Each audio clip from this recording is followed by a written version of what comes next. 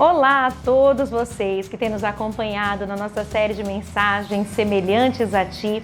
Nós estamos aqui para falar sobre um assunto que se iniciou no programa passado, um tema muito interessante, nós consideramos assim, que são os votos matrimoniais. Quantos de nós já não fomos em cerimônias de casamento e ouvimos a famosa frase, na alegria e na tristeza? E nós falamos sobre isso no último programa e hoje vamos falar sobre essa também que é forte, na saúde e na doença. Fique ligado com a gente.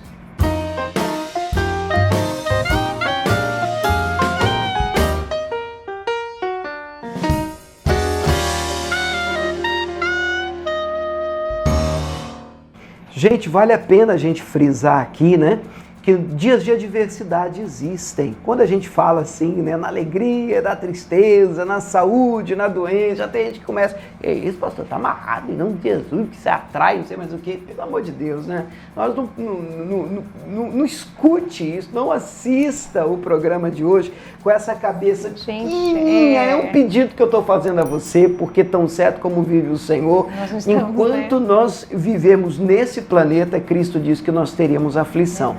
E entenda uma coisa, hein? Para ter aflição basta você estar vivo. Não precisa dar causa, motivo. Maldição, sim. Provérbios 26 diz que a maldição sem causa, ela não vem. Mas a aflição não. A aflição basta você estar vivo, que um tempo de guerra, um tempo de luta, isso faz parte da vida. Nós não estamos no céu ainda, mas verdade. Nós vamos para lá, né? Vamos chegar lá e lá, diz o texto sagrado, dos nossos olhos ele enxugará todas as lágrimas. Agora, se existem lágrimas que precisam ser enxugadas, é porque elas são reais, né, Camila? Sem dúvida, e muito, muito reais. É uma questão de vida, para se estar vivo... Humanidade. Sim, para se estar vivo, você tem que ter essa noção de que você vai passar por dificuldades. A verdade é que a gente já nasce chorando. Não é verdade? O bebê que não chora, até tem que chorar, não é considerado saudável, para chorar, não é? É necessário que se chore, porque é um sinal de que se entrou o ar pelo pulmão, e ao entrar o ar pelo pulmão, o bebê chora por quê? Porque dói. Olha só. Então é necessário sim entender que se estar vivo é uma luta. Bom, e existem processos de dores durante a vida e o nosso foco, Semelhantes a Ti, tem sido o nome dessa série que nós temos feito. O nosso foco é tentar, né, nos parecer o máximo possível com o nosso Senhor Jesus, né? Ele é o nosso alvo. Portanto, a gente sempre frisa de vez em quando aqui nos nossos programas, nas nossas gravações, que o modelo é Cristo, né? E nós não estamos aqui agora para que você copie o William, copie a Camila, porque o William falou, a Camila falou, importante é o que Cristo fala, importante é o que está na palavra. É verdade que a gente compartilha experiências pessoais. A gente só está salientando aqui as nossas experiências e a nossa mas a experiência batalha como humanos. Experiência nossa não é doutrina para a igreja, experiência nossa é nossa. Você tem que ter a sua experiência com Deus, na sua palavra. Isso é muito importante frisar sempre com o pé no chão. Com certeza. Hoje a gente vai compartilhar mais uma experiência de dor, porque como você falou no programa passado, a gente estava tratando aqui de na alegria e na tristeza. Isso. E de alegria ninguém precisa falar, de ensinar, passar por alegria, porque ninguém tem problema na alegria. Também ninguém precisa ensinar a passar por um período saudável. O programa de hoje é saúde e doença, saúde e enfermidade. Saúde, então, maravilha, ninguém precisa ensinar. Agora, tempos de batalha no corpo, lutas contra uma enfermidade. Aí nós precisamos aprender. E a gente quer tratar disso realmente voltado para o casamento, né? Porque são frases a diferença que uma aliança ouvimos faz, isso, nós ouvimos no casamento, né? Na alegria e na tristeza, na saúde e na doença. Você compartilhou no último programa, se você não assistiu, depois você dá uma olhadinha lá, que foi o seu testemunho, quando nós passamos por um período de tristeza tremendo, um período de luto, né?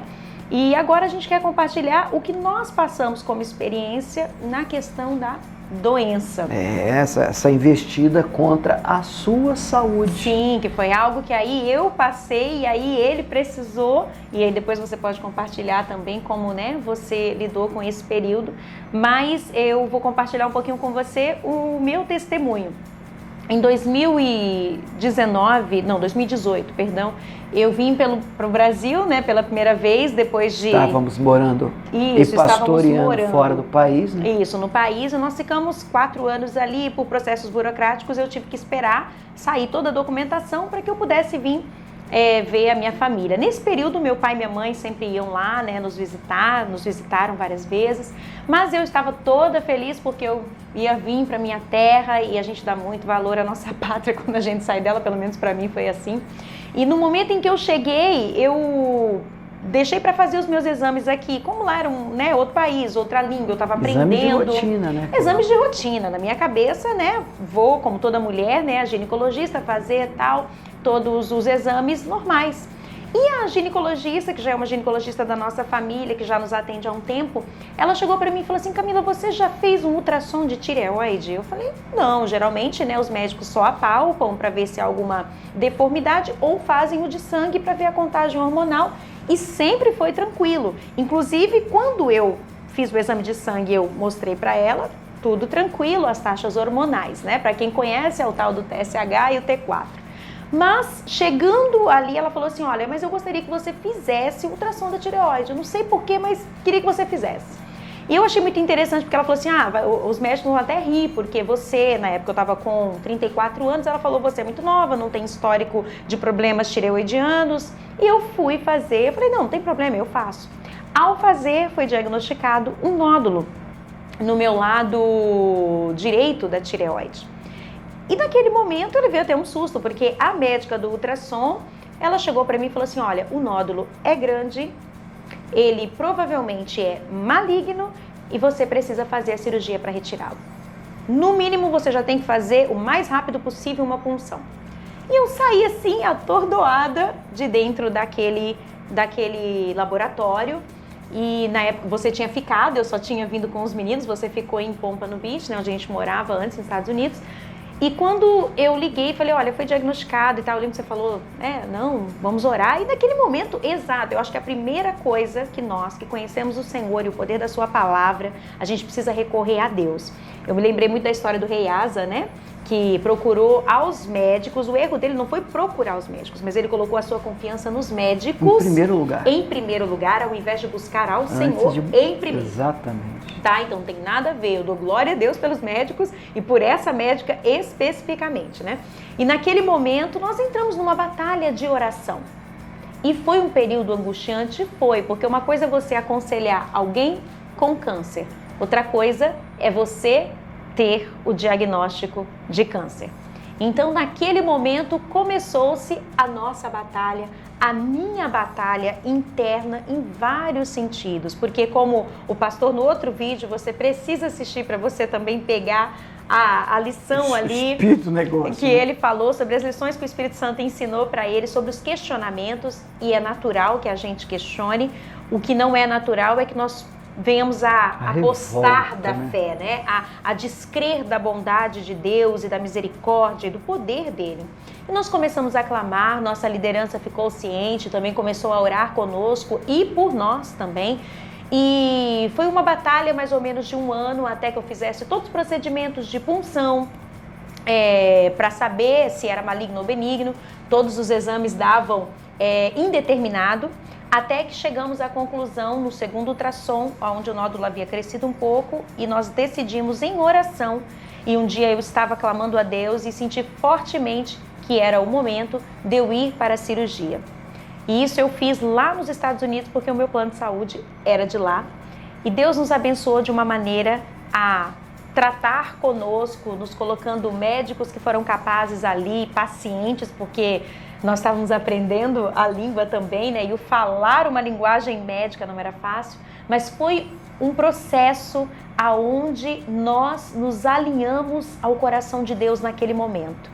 E a primeira lição que eu tirei é o quanto o cônjuge é necessário e o quanto eu me apeguei a você de uma forma muito mais forte nesse momento, que eu dizia a ele assim, olha, hoje eu não tô forte, eu não me sinto forte o suficiente para orar, ora por mim. E ele orava por mim, nós clamávamos juntos ali, buscávamos a Deus, e Deus foi trazendo pessoas também ali em Pompano que nos ajudaram muito. E naquele momento, quando eu passei pela cirurgia, e Deus trabalhou de uma forma tão tremenda que eu falo que uma das palavras que Deus falou comigo naquele período foi Isaías 41, versículo 10, que diz, né? Que não temas, eu sou contigo, não te assombres, porque eu sou teu Deus, eu te esforço, eu te ajudo e eu te sustento com a destra da minha justiça. Uma das coisas que para mim foi muito importante na pessoa do meu esposo foi a paciência. Porque haviam dias em que para mim era muito difícil lidar com o medo da morte. E conforme eu lembro que ele ficava muito preocupado porque eu perdi muito peso e ele dizia, você não está comendo, você tem que comer, você lembra? Pegar no pé, né? Faz parte, né? O que você quer comer hoje? Não, eu vou ali, eu vou pegar para você uma comida, nós vamos vencer, vamos lá. E entramos até numa dieta, né, especial naquele período. E aí fizemos juntos, né, a dieta necessária que precisava ser feita. Ele fez uma surpresa para mim, assim, que foi uma das maiores, assim, que naquele momento foi muito importante, foi a vinda dos meus pais, né, pro dia da cirurgia. E o meu pai e a minha mãe estavam ali presentes e ele me fez uma surpresa assim que eu não me esqueço daquilo, porque eu vi um cuidado de Deus muito grande naquele período. Então, para mim foi muito importante quando ele compreendeu, porque, gente, uma notícia de luto, que foi o tema do nosso primeiro programa, ou uma notícia de uma doença grave, uma doença que nós sabemos que pode ser até mesmo terminal em muitas pessoas quando diagnosticadas, se o casamento tiver somente firmado na área da atração, na área física, né, na intimidade física, ele não subsiste, porque é um momento que você não tem cabeça. Isso é areia, em que né? Todas as áreas ficam abaladas e que se o casamento não estiver firmado em uma boa comunicação, em um bom relacionamento de amizade, compreensão e o amor de Cristo, né?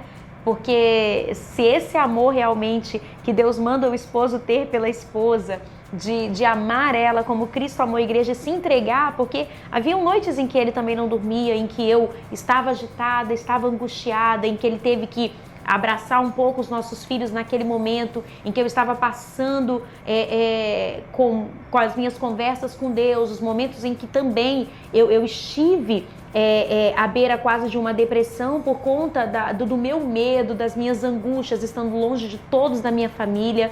E então aquele foi um período em que eu me aproximei de Deus como nunca, e eu tirei lições desse momento de doença que vão ficar para sempre no meu coração, e uma delas foi que na angústia e no sofrimento, Deus se faz mais presente. Para mim, se fez muito mais presente do que quando diz o salmista Davi, né, do que quando se me alargaram ou prosperaram a colheita do vinho e do mosto. Davi disse isso e esse salmo ficou muito no meu coração. Eu me senti mais alegre e feliz e uma presença real de Deus dominou meu coração a ponto de eu entender realmente o que é se render a Cristo e não ter medo mais da morte. Porque é interessante que a gente fala muito do céu, mas quando algo acontece, a gente rejeita o céu. A gente percebe, meu Deus não do é? céu, alguma coisa pode acontecer comigo. Sim. E aí a gente teme. Sim, a minha angústia, ela foi embora a partir do momento em que eu me rendi a Deus e disse, Senhor, eu sei que Tu podes curar. E o Senhor é Deus que cura em todas as situações. Mas se também quiseres me levar, só não faz com que o tempo que o Senhor me der aqui seja em vão.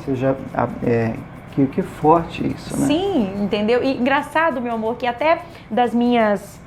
Eu vou deixar você falar para não ficar muito longo. Você vai deixar eu falar? Muito obrigado. Eu vou deixar ele falar, mas eu gostaria até de ler um poema que na realidade foi uma oração que eu fiz nesse período e talvez ajude você que está aí passando por um diagnóstico de uma enfermidade, como a que eu passei, como a que eu tive. Então eu creio que isso pode ajudar. Você está falando de lições que nós enfrentamos e a gente estava até comentando esse texto no último programa, tesouros nas escuridades, né? Riquezas encobertas. E nós entendemos e temos compreendido durante esse tempo também, isso ficou mais que provado, que alguns momentos obscuros na nossa vida reservam realmente grandes tesouros para a gente, reservam grandes lições de aprendizado e crescimento. É inevitável, não tem como a gente fechar os olhos para essa verdade. Falando de mim, de uma das grandes lições e aprendizado, é que eu percebo, e aí eu estou me lembrando aqui de um rei muito conhecido chamado Josafá. Ele estava cercado pelos inimigos. E eu vou ler pelo menos esse versículo, que é o versículo de número 12, que é o final da oração dele, que para mim é fantástico esse texto. Ele termina orando, você vê, ele está na iminência de uma guerra que ele sabe, humanamente falando, não tem como ele vencer, e ele diz: ah, Deus nosso, porventura não o julgarás, porque em nós não há força perante essa grande multidão que vem contra nós. Da primeira lição, nós não temos força, eu não tenho força para lidar com isso. Puxa vida, que admitir isso não é assinar a sua derrota. Não. As pessoas precisam entender isso. Você pode estar passando por um momento agora... Isso não é falta de fé, de forma alguma. Não é negar Deus. Isso é ter fé. É ter fé no lugar certo. Sim. É você olhar para você e perceber sua tremenda limitação diante da adversidade. Deus, eu não tenho mais força. Eu não aguento mais passar por isso. Eu não quero mais enfrentar essa situação. Eu preciso da ajuda do Senhor. Eu não tenho mais força. E ele solta outra frase preciosíssima. Ele diz: não há força perante essa grande multidão que vem contra nós. E olha que frase linda, libertadora. E não sabemos nós o que faremos. Camila, às vezes as pessoas acham que porque a gente é de Jesus, a gente tem resposta para tudo, toda hora, todo dia. É só assim balançar a Bíblia que pula a resposta. Mentira! Tem coisa que a gente enfrenta, batalha que a gente passa. E a gente precisa entender isso. O nosso mestre aqui, nós estamos lutando para ser semelhantes a ele. Que é o tema, sofreu. Né? E ele aprendeu a obediência pelo que padeceu. É o que diz a Escritura. Tem dia que você bate o joelho no chão e você diz: meu Deus, não sei o que fazer. E agora? E quando você não tem o que fazer? E agora? O que eu faço? Para onde eu vou? Sim. Aí ele termina a oração e aí é lindo demais. A última frase que ele libera é: porém, os nossos olhos estão postos em ti. Aí faz toda a diferença. Quer dizer, eu não tenho força, eu não faço a menor ideia do que é que eu vou fazer, mas os meus olhos estão postos em ti. Eu penso que isso pode fazer, pode não, isso faz toda a diferença. E para mim, fez toda a diferença. Foi uma lição que você aprendeu nesse período, né?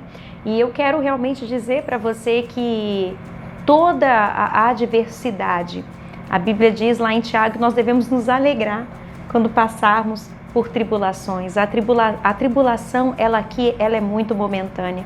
Que você tenha isso no seu coração. Por quê?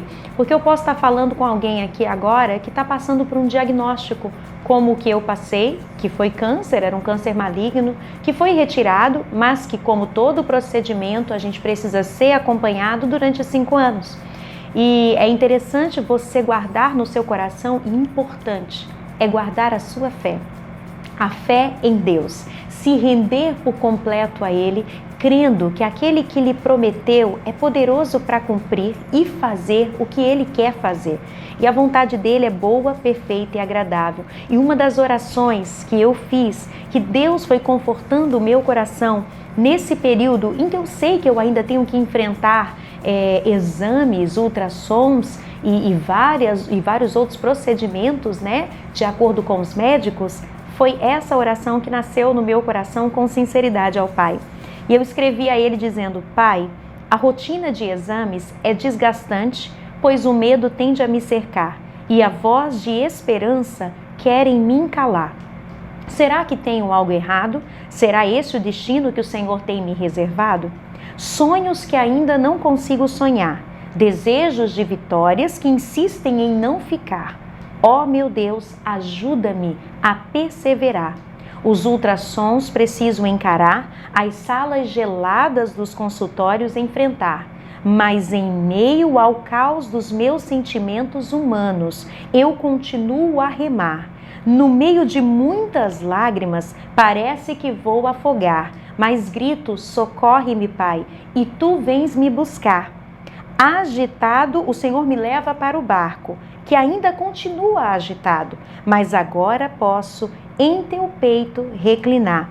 E a sala fria continua lá, mas tua presença me dá a certeza que do outro lado eu vou chegar. Seja aqui para minha missão cumprir, ou lá na eterna glória para te louvar. Desde que eu esteja cumprindo a tua vontade, é nesse lugar que eu quero estar. Olha, um poema bonito, faz rimando ainda, né? Que coisa linda, né, cara? Interessante, eu lembrei dos salmos, né? E os salmos nasceram nos momentos de dores do salmista. Muitos. Não negligencie os cestos que sobraram, os pedaços que sobraram. Todas as coisas cooperam juntamente para o bem daqueles que amam a Deus. Continue orando, continue determinando a sua cura, continue confiando, continue se alegrando, chorando, porque os que semeiam com lágrimas, com alegria voltarão carregando consigo os seus molhos. Amém, gente. Já fiquei sem palavras. Que Deus abençoe você, querido. Amém. Que nos ajude a nos manter mais e mais semelhantes a Ti. Deus abençoe cada um de vocês. Deus abençoe, se inscreva no canal, não esqueça de dar aí o seu joinha, né, o seu like e ativar o seu sininho para receber as notificações quando um vídeo novo for lançado. Que Deus te abençoe.